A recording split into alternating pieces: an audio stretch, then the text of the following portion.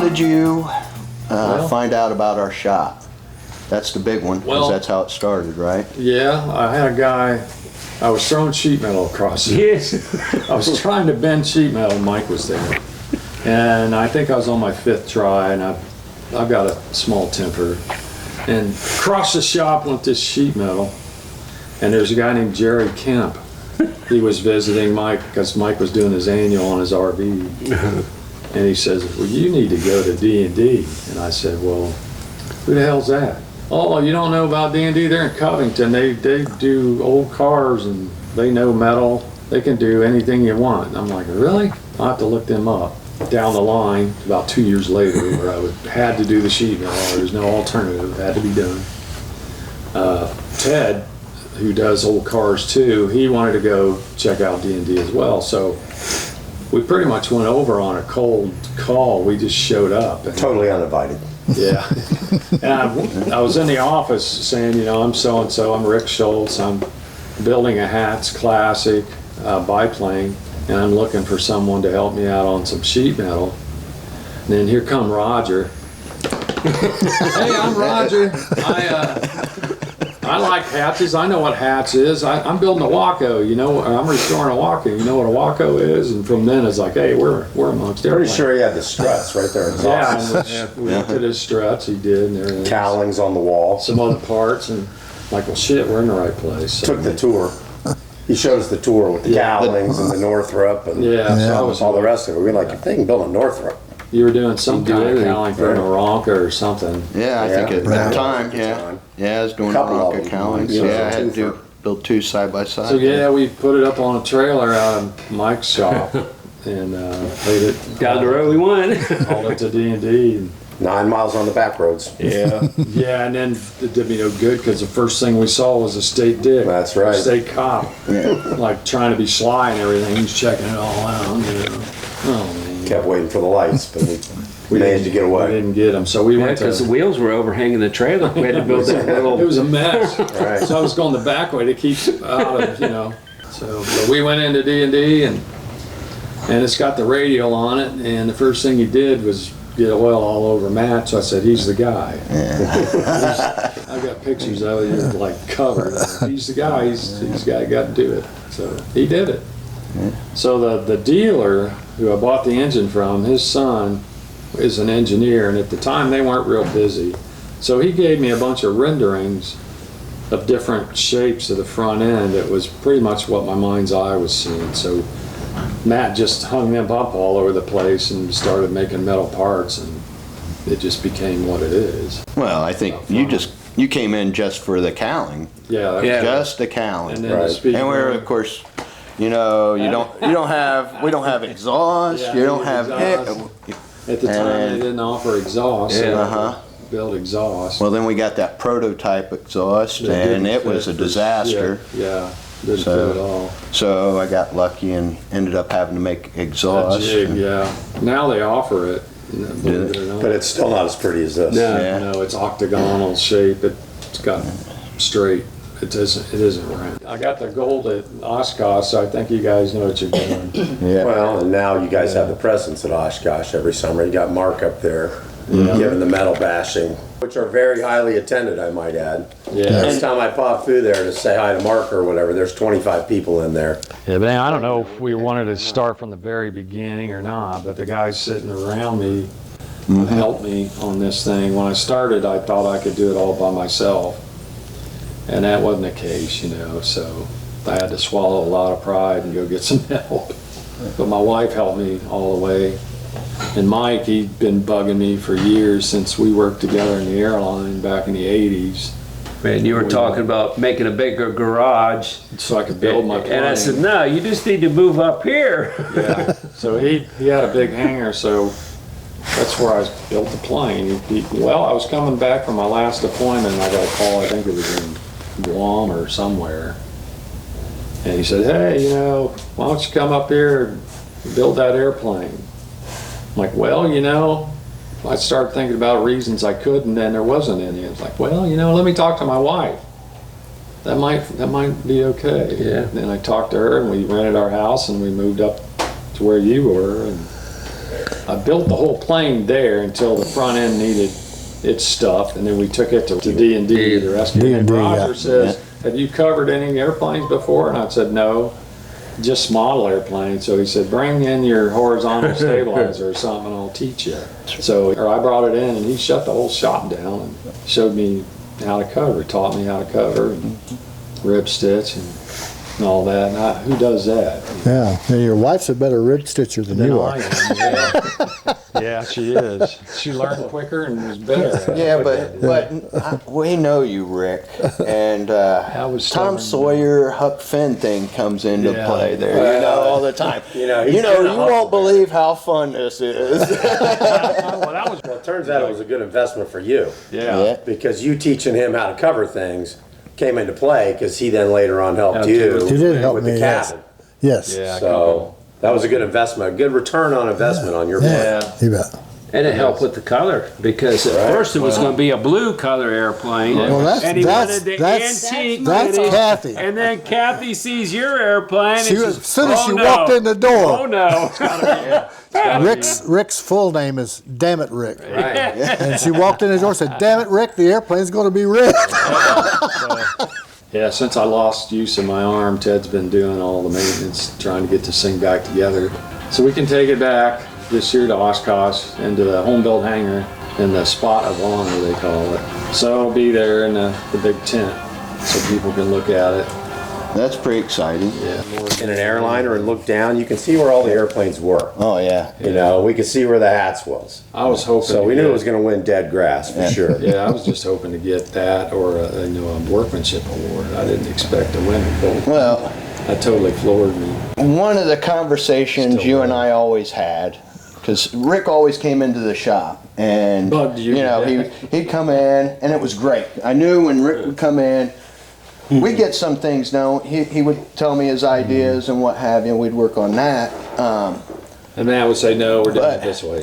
no, not at all. No. No, it was a good collaboration. But one of the things was he kept referring to the Swiss Hatz plane and how beautiful it was, and I'm like, that's the Swiss plane. We're going to have the most beautiful plane. You're going to build the most beautiful plane. You know, that's no. I'm like, yeah, we're going to do it. After that sheet metal started shaping up, then Roger said, hey, I like your plane. Let me help you with that. Let me help you, get it covered, and I'll help you paint it and everything. Boy, oh boy, if I hadn't run into Roger, I said, well, I can't afford you. He said, who said anything about money? You'll be my huckleberry. Yeah. Right. So I Paint the fence. covered and sanded my butt off. Yeah. He bled. And he didn't let you slack off either. I literally, my fingertips are bleeding. Yeah. Yeah. That's the way he treats us at the shop. For less money. Not quite there. You need to sand it a little more. Yeah. It'd always be. Boy, when Not yet, Ricky. Keep on going. Yeah, when he shot that first coat of red on the fuselage, we We bawled. know, It did. was just so beautiful. I'm like, good Lord, look at that. It's gonna I be mean, it beautiful. was just. Attention to detail. Well, and that's it. In the airplane world, with home built aircraft or experimental aircraft, finishes that are on the glass airplanes or RVs, they come out of professional shops, Yeah. and those people know how to paint. Yeah. But this airplane goes back to the tradition of home building, where it was built at home. Yeah. He had some help, but it was mostly still built at home. It was Yeah. built, it And- wasn't assembled. Right, Yeah. but the finishes don't always show the amount of effort that went in. Oh, right. So, 'Cause but that's people, 99% of what people see. Yeah. So having that level of professionalism available to consult was invaluable. Oh, no doubt. No way in hell could have got this thing looking this well if I hadn't went to your shop and met Roger. And then Ted's here because he's my test pilot.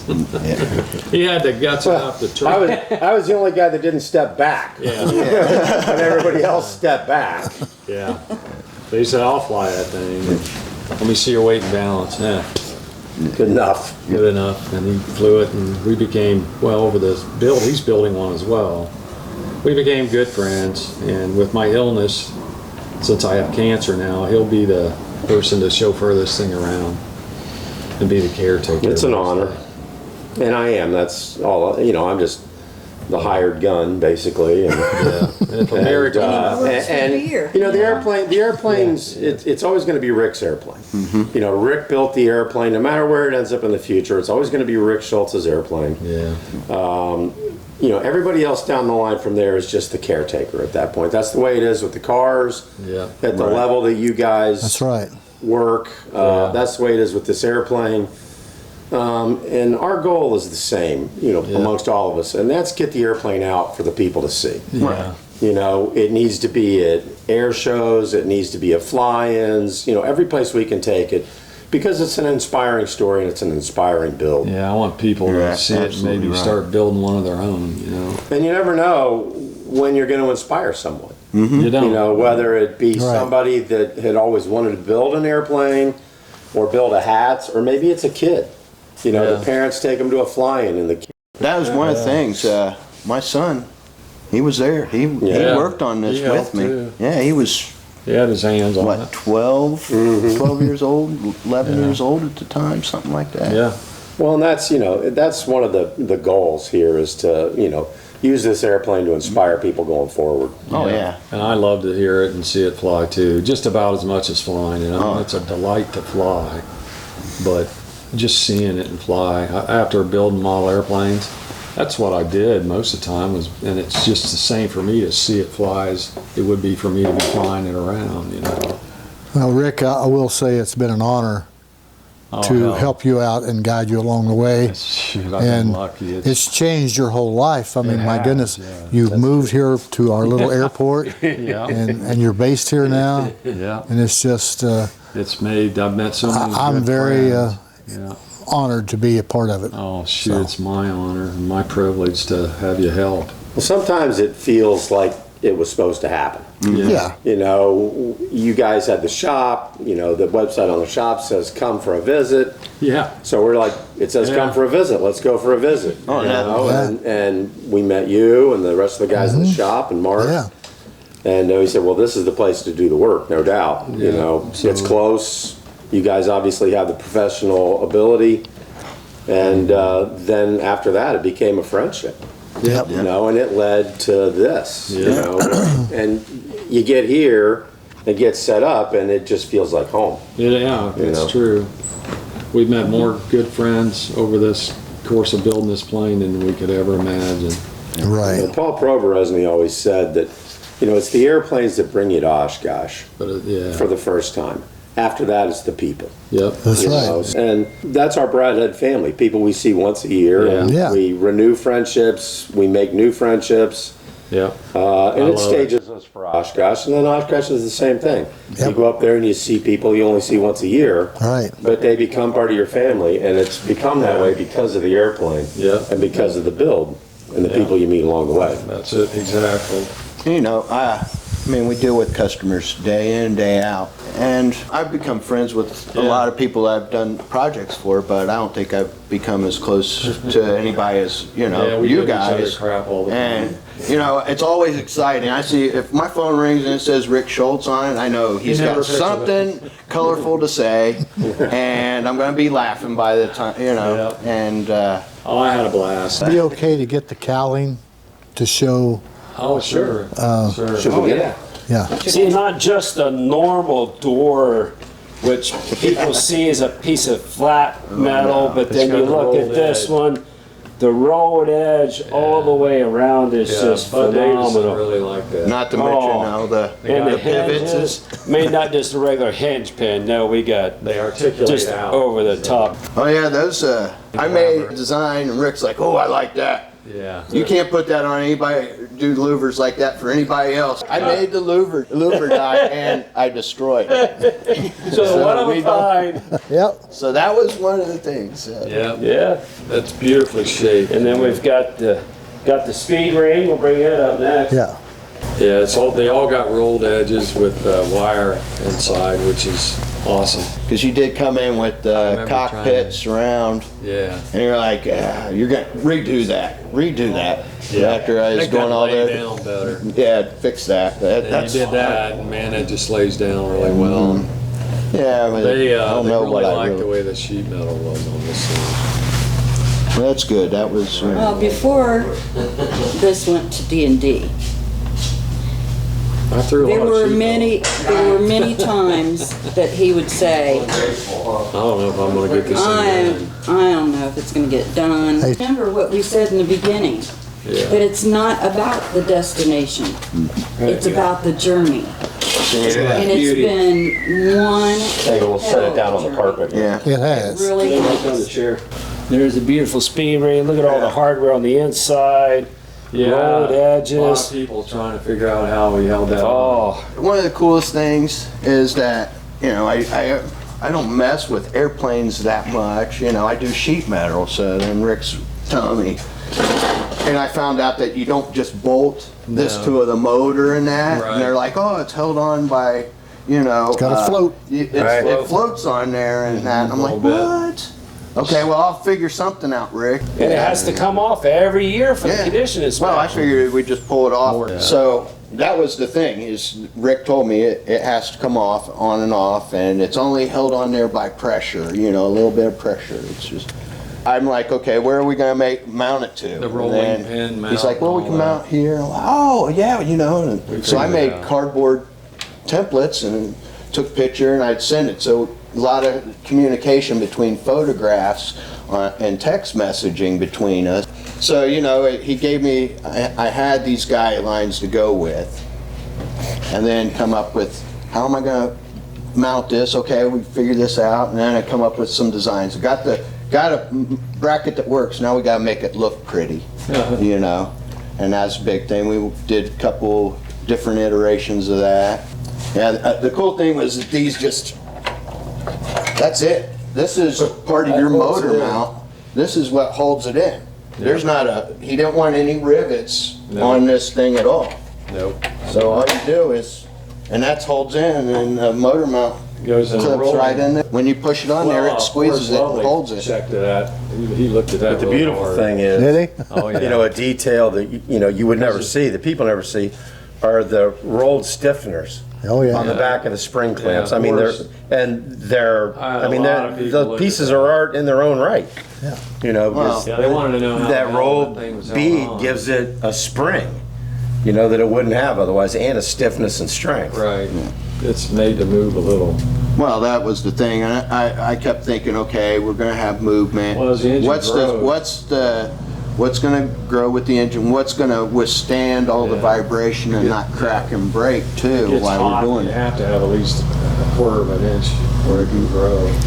And it's not going 35 mile an hour down the highway either. It's going a whole lot faster. So Right. It's not a whole lot faster, Mike.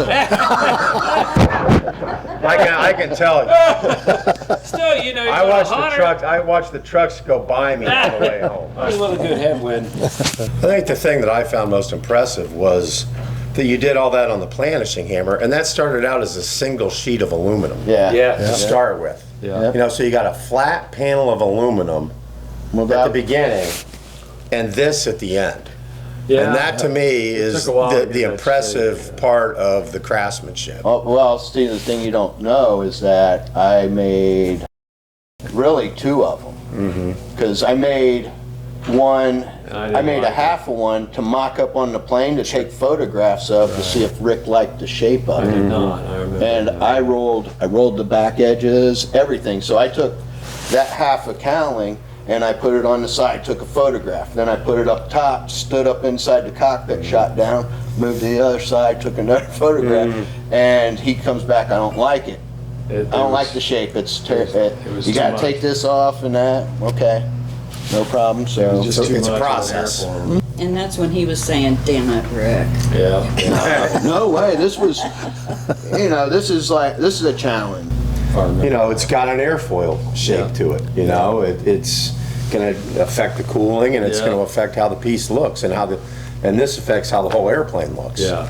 You know, if you get it wrong, the airplane's going to Cooling's a look big part wrong. of it. Right. I needed enough space at the back, and I think that was one of the things I was concerned with. Yeah, I know It that- came back a little further. You can take that That back. other one has a real hard dip on the front edge. Yeah.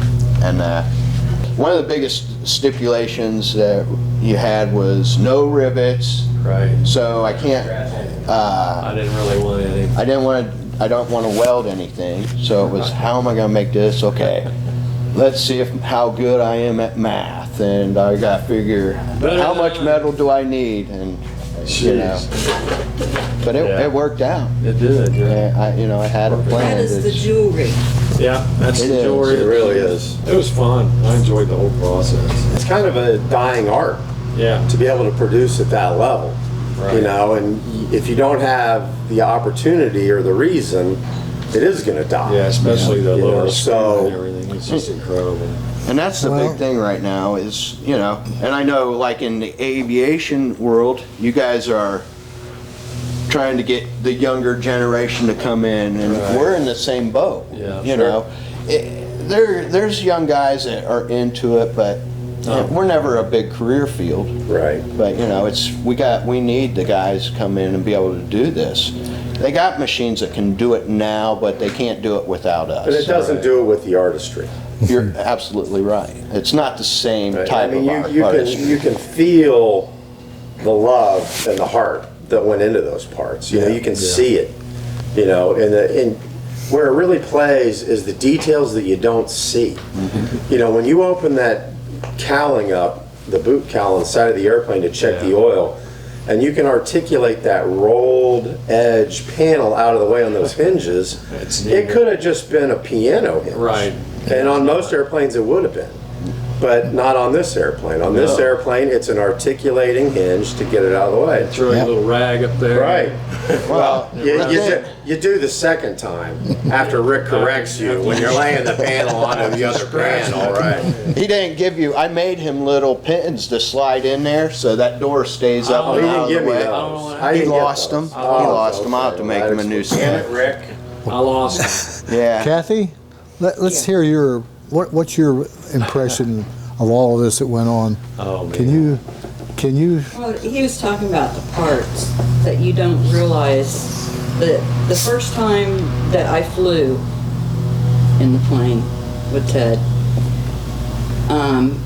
all I could do was just look around at the pieces Yeah. and remembering when this was made. I remember whenever he got the antique lights Yeah. and he come in, he was so excited. Look, honey, aren't they cute? And I'm like, yeah, okay. But then, I mean, I cried the whole time. Well, that's good. The second Happy time tears. I flew, I cried again. Yeah, it's just. And it wasn't because of my landings. No, it wasn't. It Tears was of joy.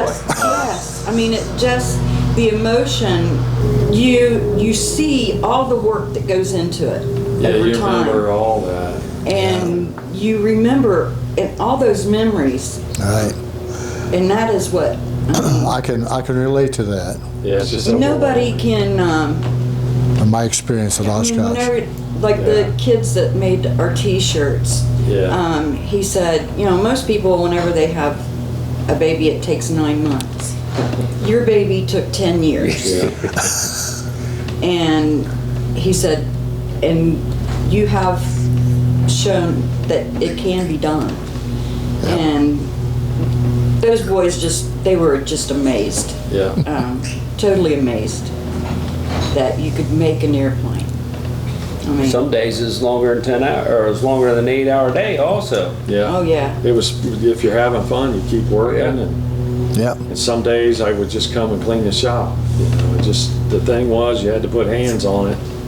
And if I wasn't out at the shop, Mike was giving me fits, or Kathy was giving me fits, or the namesake Hazel, her mother, was giving me fits. You get your ass out there and build that plane. Yeah, she kept saying, Rick Schultz, I'm 90 years old. Yeah, I'm not getting any younger. I'm not getting any younger if you don't. I'm She never wanted going to be able ride to fly in it. Yeah. She wanted to ride in it. Yeah. She didn't make it, but we got her a ride in a Waco before she passed, so at least she got an experience in an open cockpit plane. Yeah. Rick, could you do a walk around of your airplane and just kind of whatever you feel like saying? Well, Just your experience and pointing out the features and your experience in your first flight in it. And, oh, my first flight in it was, well, the first, I took it off, everything was okay, and I made the first left. And then I made the second left and I started crying. I couldn't even see. I couldn't see dash. Couldn't see nothing. Then I headed out north of the field and Ted was putting me through some turns and I couldn't see anything because I was bawling.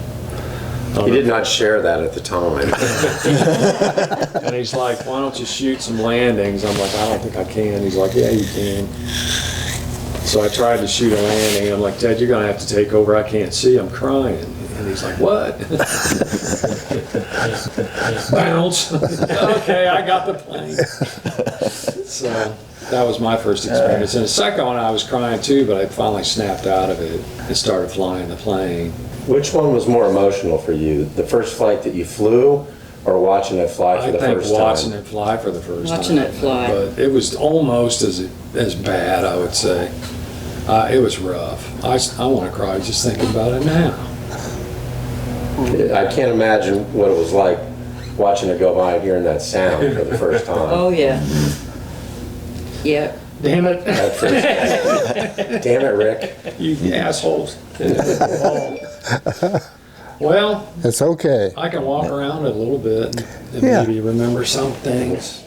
Then I wanted a fancy firewall, so in one of my hot rod magazines was this company that made fancy machine turned metal. Basically, this whole front end is back to here is you guys. That's all D&D.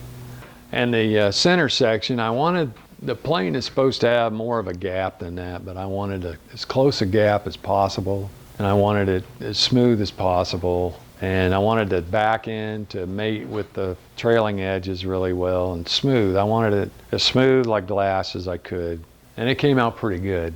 And I'm happy with it. I'm really happy with the way the center section turned out because wings, you know, everything gets attached to you. You end up with wings like dragonfly wings if it isn't straight. Anyway, these struts I attached, they're not to plans. I've come up with a way to attach them. I kind of robbed it from other people. I put tongues up inside and they made them movable so there's no stress on it as you're assembling it, and then you tighten it all down. With them at the 50th anniversary, and they asked me what kind of panel I was putting in my hats, and I said, I'm going to put an iPad right in the center of the panel. And they all turned up their noses like they smelled a big pile of manure and said, no, don't do that. And a guy that restores airplanes, Mark Lightsey, he's got his own company in Tennessee. He said, tell you what, if you promise me not to do that, I'll give you a Waco QCF panel. I said, deal. And we shook on it. But he did the trim. It's actually Waco trim. I think they put it around all the Waco dashes. Roger has the same trim. So I put wing walks on both wings because for maintenance, for one reason. If you're in there and you drop something on the wing, that's another reason. And we had the letters all pinstriped by hand. I think when you came in, you wanted the cowling done on this. Yeah. And, you know, we're like, okay, we need all the parts. And you're like, why? Well, we got to have all the parts so we know that the cowling's going to fit over this. The speed ring's going to fit over. We need the exhaust. Yeah. And hold on, let me make some phone calls. They sent us the prototype exhaust, and I tried to put it on, and it was way off. Then you found out that we have to build the exhaust, which took forever to build the exhaust because, you know, like I said, Well, it was hard. You had to weld on it and then go over and then fit, take it apart, put it together. Yeah. And that was another thing I had to do is I had to build an engine stand that worked for me because I worked by myself. On and off all the time. Yeah. Then what was the next thing? Then we did this part here, this dish which pan. is a one piece, is all one piece too. I think Rick wanted it all one piece. Yeah. The gas gauge is handmade too. Well, that's about it. 10 years all wrapped up in a minute, you know. It's just a lot of work. But it flies so nice. It flew straight right off the board, and I couldn't be happier. Even I could fly, and I'm low hours, you know. It's just a nice plane. It is. It's a